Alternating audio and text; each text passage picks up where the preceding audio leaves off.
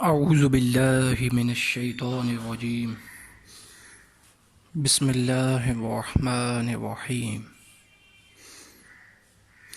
دنیا کس طرح تیزی سے تبدیل ہوتی جاتی ہے اور خصوصی طور پہ جو موجودہ دور میں کتنی تیزی کے ساتھ تبدیلیاں ممکن ہو رہی ہیں اور چینجنگز آ رہی ہیں، وہ بے شک بزنس لائف ہو یا بزنس سے ریلیٹڈ ہو یا پرسنل ذاتی زندگیوں سے ریلیٹڈ ہو یا کلچر سے ریلیٹڈ ہو، تو دراصل خصوصی طور پر بزنس کے حوالے سے، فائنینشیل سٹیٹس کے حوالے سے کامیاب کیسے ہوا جائے۔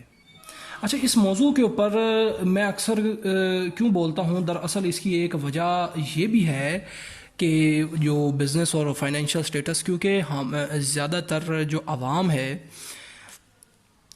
خاص طور پر یہ سب کانٹیننٹ کی، مطلب پاکستان، انڈیا، بنگلہ دیش، یہ جو کلچر یہ رہا ہے ان کا، تو یہ لوگ دنیا سے کچھ حد تک پیچھے رہے ہیں، یا ان کی جو مختلف بلیف سسٹمز جس کی وجہ سے معاملات کے اندر بگاڑ رہا ہے، کیونکہ ہم جانتے ہیں کہ یہ ایک بڑی پرانی تاریخ ہے یہاں پہ ہندو مذہب کی، جس کی وجہ سے لوگوں کے کلچر، رسومات، رواج اور یہاں تک کہ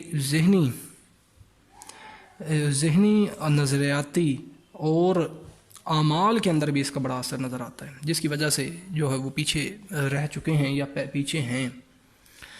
تو اس کی وجہ سے زندگی کا ایک بہت بڑا حصہ کاروبار کرتے ہوئے، جاب یا نوکری کرتے ہوئے گزرتا ہے، جس کے اندر ایک انسان کی صلاحیتیں یا اس کی زندگی کی جو ایک بہت بڑا حصہ اس پہ انویسٹ ہوتا ہے کاروبار میں۔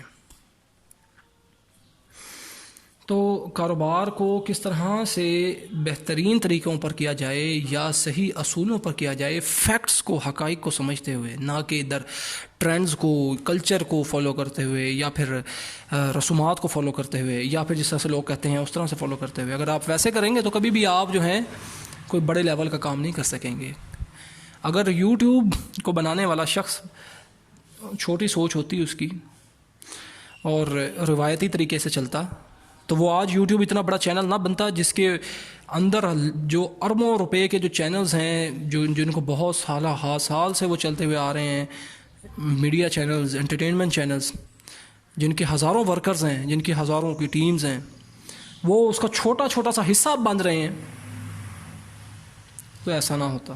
فیس بک اتنا بڑا پلیٹ فارم نہ بنتا، واٹس ایپ اتنا بڑا پلیٹ فارم نہ بنتا۔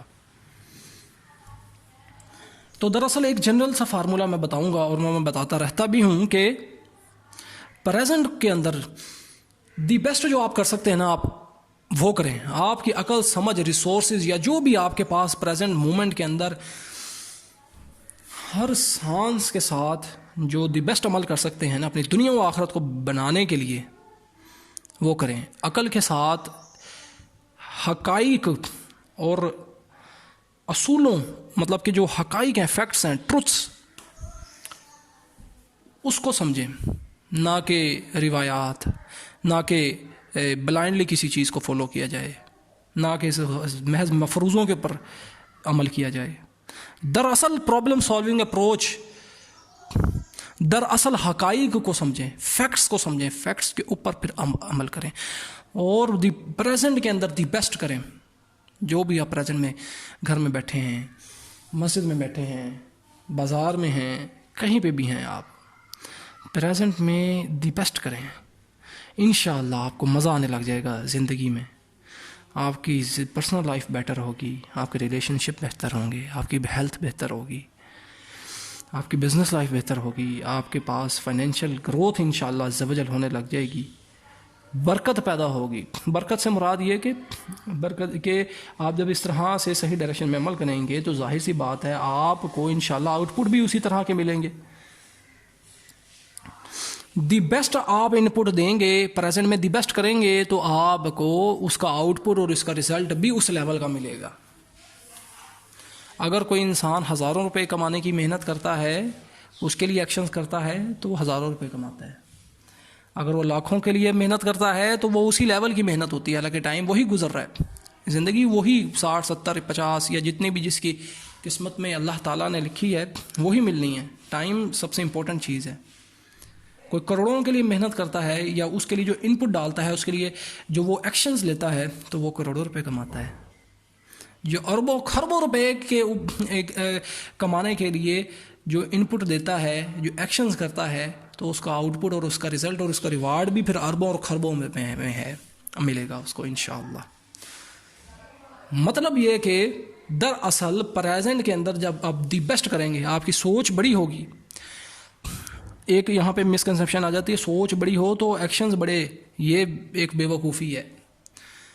سوچ بڑی ہے تو ایکشنز چھوٹے چھوٹے اور آہستہ آہستہ آپ اپنے گول کی طرف بڑھتے جائیں. یہ دراصل سمجھداری ہے. مثال کے طور پر آپ نے ایک بلڈنگ ہے, اس کے 5th یا 6th بڑے اوپر اونچے والے فلور پہ پہنچنا ہے, تو آپ کیا کریں گے؟ آپ کی بڑی سوچ ہے آپ نے اوپر پہنچنا ہے, تو آپ ایک دم سے چھلانگ مار کے کوشش کریں گے پہنچنے کی؟ ہرگز نہیں. بلکہ آپ ایک چھوٹے چھوٹے سٹیپس لیں گے, کنٹینیوس سٹیپس لیتے رہیں گے, آہستہ آہستہ اپنی کامیابی اور اپنے گول کی, اپنے مقصد, اپنی منزل کی طرف بڑھتے رہیں گے, تو آہستہ آہستہ پہنچتے جائیں گے. اپنا گول بہت بڑا سوچیں, بہت بڑا رکھیں, لیکن اس کو چھوٹے چھوٹے سٹیپس میں توڑ دیں. یہ بلینئرز کے ایکشن پلانز کی بات آپ کو بتا رہا ہوں. ایک بلینئر انٹرپرینور جو کہ ینگ بلینئر ہے, سائگن یلسن اس کا نام ہے, تو وہ اپنے انٹرویو کے اندر بھی یہی بتا رہا تھا کہ اپنا گول بہت بڑا رکھیں اور اپنے اس مقصد کو چھوٹے چھوٹے سٹیپس کے اندر تقسیم کر لیں, ڈیوائڈ کر لیں, پھر آہستہ آہستہ سے بڑھتے جائیں آگے.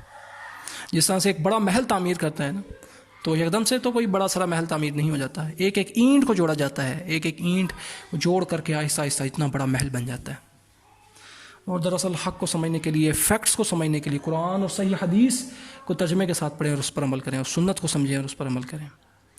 اس کے بعد جو اللہ تعالیٰ کے قوانین ہیں, قوانین فطرت ہیں, اور جو دنیاوی قوانین ہیں, سیاسی قوانین ہیں. سیاسی مطلب کہ دنیا قوموں کے عروج و زوال, سیاسی علمی جو قوانین اور اعمال, جو مطلب کہ فیکٹس ہیں ہر فیلڈ میں. بے شک وہ سیاست ہے, آپ کی سائنسز ہیں, سائنس کی جتنی بھی فیلڈز ہیں, آپ کی بزنس لائف ہے, بزنس سے ریلیٹڈ آپ کے فیکٹس ہیں, تو اس کے جو فیکٹس ہیں نا, حقائق اور لاز, ان کو فالو کریں اور مفروضوں کے اوپر نہ چلیں, بلائنڈلی فضول چیزوں کے اوپر نہ چلیں, کہاوتوں پہ نہ چلیں, لوگوں کے کہنے پہ نہ چلیں.